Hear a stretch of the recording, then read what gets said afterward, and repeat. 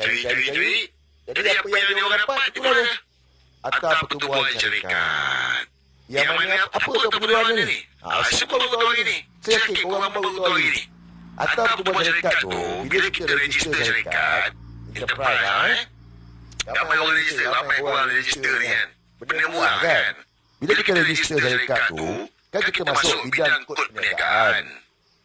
Pasal kita ada pasal apa, jualan runcit, event management, jual air, makanan dan minuman. Jadi kan kita masuk kod bidang-bidang tu dalam enterprise lah. Senang je enterprise ni. Jadi, oleh kerana dah tak tahu dah nak tuduh macam mana, nak kata solat kerana orang awam tak ada, penggubalan orang haram tak ada, tibat dengan dadah tak ada, tak ada kita buat. Jadi, dia tengok, okey, sebab tak tukar kod bidang. Kenapa? Kerana terima duit daripada orang awam. Itu je punca dia. Itu je punca dia. Dia punya nak cari halang ni sampai itu tahap dia. Betapa terdesaknya dia orang lah. Jadi, oleh kerana itu dituduh orang mahkamah lagi ni. Mahkamah Magistrate lah. Maka hari ini berita keluar lah. Dengan tujuan apa? Dengan tujuan nak sampaikan kepada rakyat, jangan percaya dengan muka ni. Jangan dengar cakap dia ni, solat dan orang awam, dia ni kutip derma dia ni. Ni. Tak nak bagi korang percaya dengan saya. Mereka ni lupa. Allah yang pegang hati-hati manusia. Sering cakap je. Kan? Orang nak dengar, tak nak dengar belah. Nak bersama, jom, tak nak bersama belah. Kita bukan boleh buat apa. Boleh buat apa tu guys? Tak boleh. Mereka tak fikir benda ni. Mereka rasa bahawa mereka menguasai. Sebagai contoh lah. Macam Fahmi Fazil. Fahmi Fazil, Menteri Komunikasi tu, dia Menteri Komunikasi dan Multimedia. Semua media dengan dia. Korang setuju tak dengan saya? Tiap-tiap hari, berita akan keluarkan cerita pasal Fahmi Fazil. Radio akan keluarkan cerita pasal Fahmi Fazil. Every day, tanpa henti. Yes. Mana-mana Menteri Komunikasi, semua media ni bernama TV3, Awani, semua ni, dia akan keluarkan berita kenyataan daripada Fahmi Fazil selaku Menteri Komunikasi. Guys, dia Menteri Komunikasi pun orang tolak dia. Dia buat live pun 100 lebih. Orang komen lagi balut dia. Menteri, koyak. Sedangkan kalau ada fikir balik, dia Menteri Komunikasi. Rakyat akan dengar lah cakap dia. Rakyat akan dengar lah. Tak. Sebab Allah yang pegang hati manusia. Sama macam Anwar Ibrahim. Anwar ceritalah macam mana pelaburan bila dia buat apa pun semua pun. Kau boleh tengok emoji gelap. Tuan Mahathir cerita sikit je. Tapi macam mana orang bagi love, bagi emoji gelap, bagi sayang. Bagi emoji gelap, bagi sayang. Sebab apa? Allah yang pegang hati manusia. Sama lah macam Selah ni. Bukan dia sepakai robot ke, beli view ke, game pun aku tutup. Ada orang, apa yang mereka buat pada hari ini ni, biasalah, tak ada apa, tak ada masalah pun. Buatlah, tuduhlah. Nak saman ke, nak tuduh mahkamah, kau buatlah selagi mana korang ada kuasa. Tak ada kerajaan yang kekal pun. Jadi itulah sebab kenapa saya dituduh, kerana mereka dah tak tahulah nak tuduh siapa. Sebab itu hari mereka plan nak kena rasa, kononnya terbabit dah sosma lah. Mereka nak sosma rasa. Dalam pelacuran sedikit. Kena rasa dengan kiradah. Nak buat perangkap macam Yusof Rota. Yes, mereka ada plan tu. Ada plan nak kena rasa. Nak langgar. Ada. Mereka ada plan nak langgar rasa ni. Langgar. Bagi lupa ke mati ke. Dia orang akan buat lah apa-apa cara ni. Tapi saya beritahu kan, kalau kau orang rasa jahat, ada orang lagi jahat daripada kau. Dan dengan saya ni sudah bagi tahu dah. Pada kata kunyit, ada dua pilihan kan. Sama ada kau bertaubat ataupun perang. Jadi dengan apa yang kau buat hari ini ni, pihak AMLA, Tok Bul, pendakwa raya, pejabat peguam negara, SPRM, bermakna kau ikhtiar perang dengan aku. So kalau kau ikhtiar perang dengan aku, ni memang aku perang habis-habisan dengan korang ni semua. Sebab aku tu mesti aku. Kau tak boleh diri aku, kau hantarlah wakil mana nak diri pun tak boleh. Kita akan perang habis-habisan lah. Dan kita akan menang. Kenapa kita akan menang? Sebab ni semua peraturan yang Allah tetapkan. Dan rakyat akan lawan korang juga, bukan saya. Ramai akan lawan, bukan tiba-tiba je. Kita semua akan lawan mereka. Okey. Mereka ni sebenarnya, mereka gini dalam kehidupan kita ni, hari ni kalau kita tengok orang tu dia sokong orang. Contoh macam Harun ni dia belajar tak berapa pandai. Jadi bila dia kerja dengan Madanon ni, jadi saya berterupa untuk Madanon ni, TikToker Madanon ni dapat gaji 7,000, 8,000 sebulan. Jadi dia rasa kemewahan tu. Dia rasa kemewahan, pergi dinner, candlelight dinner dengan bini dia, menunjuk, makan steak, makan macam-macam lah. Dia tunjuk kemewahan sebab duit yang dia dapat. Jadi mereka ni kena duit. Sampai ada orang pun sampai macam-macam lah buat lah semata nak duit, nak bayar sewa rumah. Jadi mereka ni duit.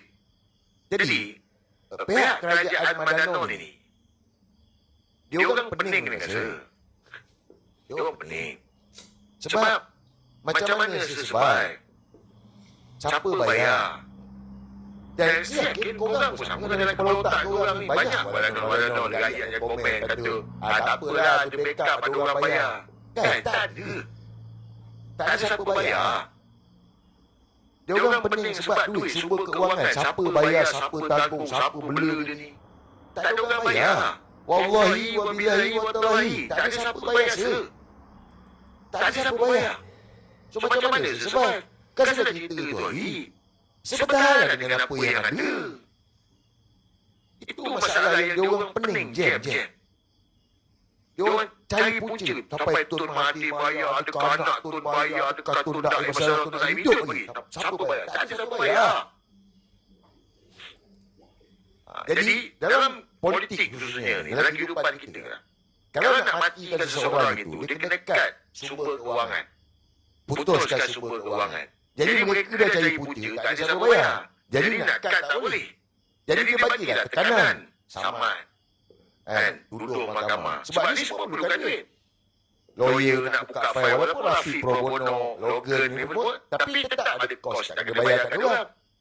Betul? Jamin mahkamah, semua ni duit. Jadi di dalam kita ni duit untuk survive family dia. Dia bagi tekanan lagi. Tekanan lah. Kita cakap lah, ada 5 kes saman. Sekarang ada 5 lah, tak tahu lah, ada 2, 3 lagi menyusul, 5. Kes saman sivil lah. Orang tahu lah, mahkamah sivil ni mahkamah tinggi, orang tahu lah. Atas Sultan seluruh 2. Satu dah menang, yang panggil Anwar Bapuk tu, baru Israel Zionis tu sudah menang. Baik dia orang merayu ke mahkamah lain lah. Lepas tu Atas Sultan semangat khidmat, yang YDPA tu sebelum tadi. Dan satu konten of court lah, mantan IGP lah. Yang itu dah jatuh hukum 3 bulan penjara. Yang itu kita merayu ke mahkamah lain. Jadi mereka bagi tekanan. Ni. Kalau korang nak berfikir lah. Macam korang lah. Sekarang kan, kau susah. Dia kau geram dengan Norim. Sama lah mereka buat benda macam tu juga. Dia bagi tekanan pasal duit lah. Bagi tekanan kat situ. Jadi, alhamdulillah hasil ni, ada di mana buat lah. Mereka lah yang support. Saya cakap untuk survive, tak ada masalah. Tapi untuk kau mahkamah ni, saya minta bantu lah. Khidmat kaunseling. Bukan saya minta sedekah. Bukan saya minta sumbangan. Saya cakap ni, bermakna korang bayar lah. Khidmat kaunseling aku. Itu yang kita buat. Bukan saya minta sumbangan, saya minta derma, tak ada.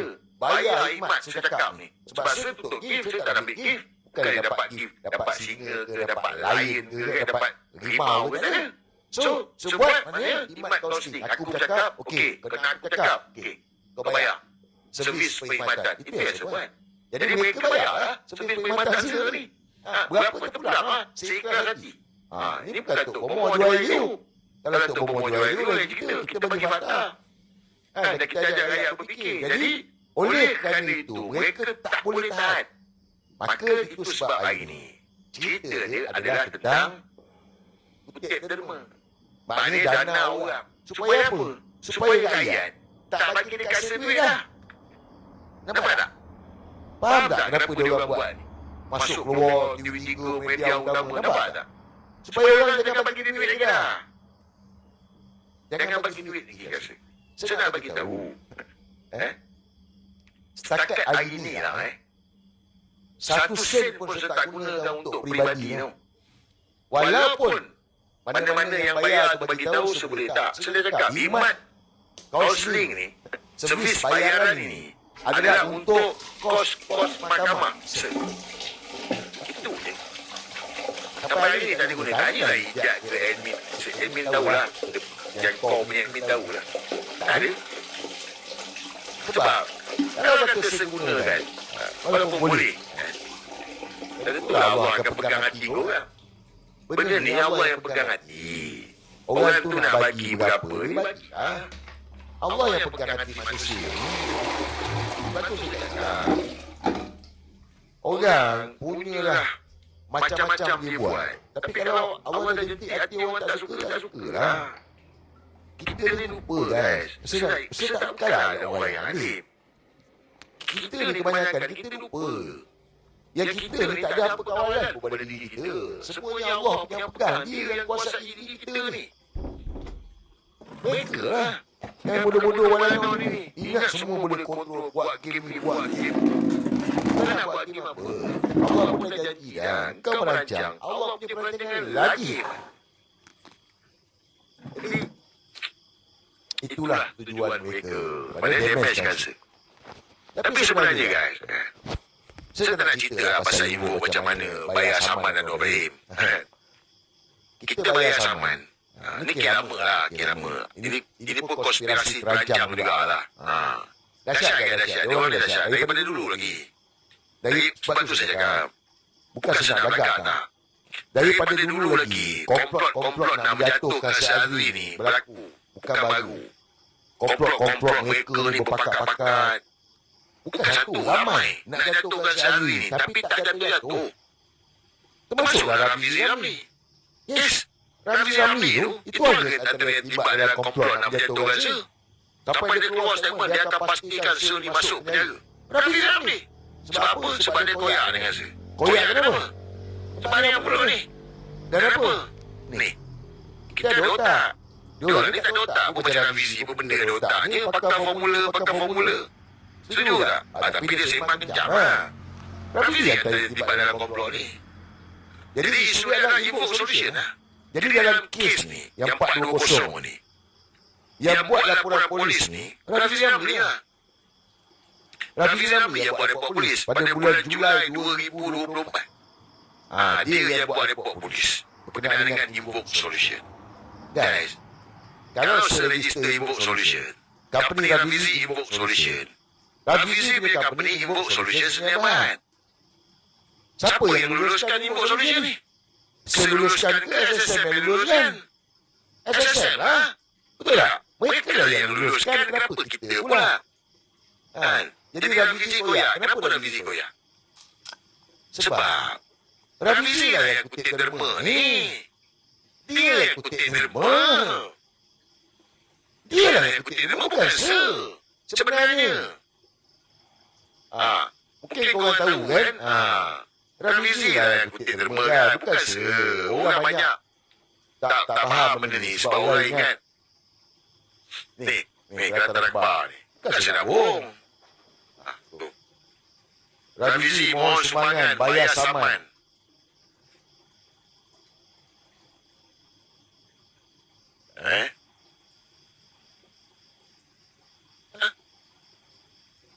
Rafizi mohon sumbangan bayar saman. Naik Presiden PKR Rafizi Ramli memohon sumbangan orang ramai bagi mengelakkan dirinya daripada diisytiar muflis. Berikutan kemungkinan tidak mampu membayar ganti rugi dan kos berkaitan dengan saman fitnah National Fitnah Corporation Sdn Bhd. Beberapa minggu lalu peguamnya menerima surat tuntutan meminta 300,000 yang perlu dibayar.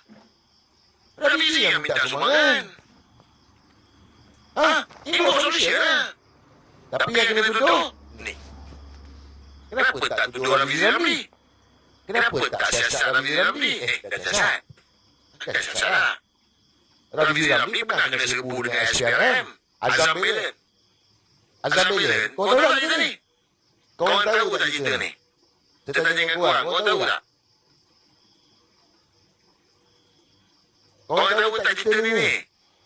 Rafizi Ramli, pejabat Livo kena serbu dengan SPRM. Ya? Dia orang yang serbu. Azam Belen. Bukan Tapi kenapa Syazri yang dituduh? Saya tak pastilah kan. Tapi bila saya fikir balik, ke dia orang nak kenakan Rafizi? Saya rasa macam dia orang nak kenakan Rafizi. Sebab bila Rafizi buat report polis, bermakna laporan polis dibuat. Jadi polis akan siasat ibu resolusi Rafizi Ramli. Dan hari ini pula Rafizi Ramli pula katanya tak menyokong Manorim, tapi play safe kondom gila lah. Saya nampak macam tu lah. Dan Anwar ni pula terkenal dengan ugutan. Jadi mungkin dia ugut Rafizi Ramli. Pada pendapat saya lah. Sebab yang minta sumbangan ni Rafizi Ramli kan, bukan si Adri, Rafizi Ramli. Jadi komplot dia orang ni dahsyat lah. Sebab tu macam Rafizi apa semua kan saya beritahu macam mana. Ada tanya macam mana dia. Saya tak percaya dengan dia orang ni. Kita tu dia orang ni geng-geng kunyit. Bila geng-geng kunyit ni, kita susah nak percaya lah. Saya minta maaf kalau ada geng kunyit dengar ni. Kalau geng-geng kunyit ni susah nak percaya. Memang susah nak percaya lah. Yes. Tanya Rafizi, dia kunyit ke tak? Confirm lah dia tak mengaku kan. Rafizi, nak buka? Saya buka Rafizi kan. Aku dah tengok kalau Anwar betul-betul lah. Kalau kita tak lawan Anwar betul-betul, mungkin kita buka lah Rafizi. Sebab Rafizi ni dia kaut banyak lah. Berpuluh juta. Evoke Solution yang dia minta sumbangan ni, minta sumbangan berpuluh juta. Yes. Berpuluh juta guys. Boleh pergi cari. Malah ada pekerja Evoke jumpa dengan saya, tanya.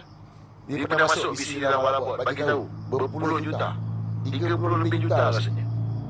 Hasil daripada sumbangan orang ramai. 2018 dia tak tanding. Ada kolek duit lah. Lepas tu duit tu pergi mana? Katanya dalam Rafizi Ramli. Ini kita betul. Ini bukan satu fitnah. Tapi yang kedua saya Adri lah. But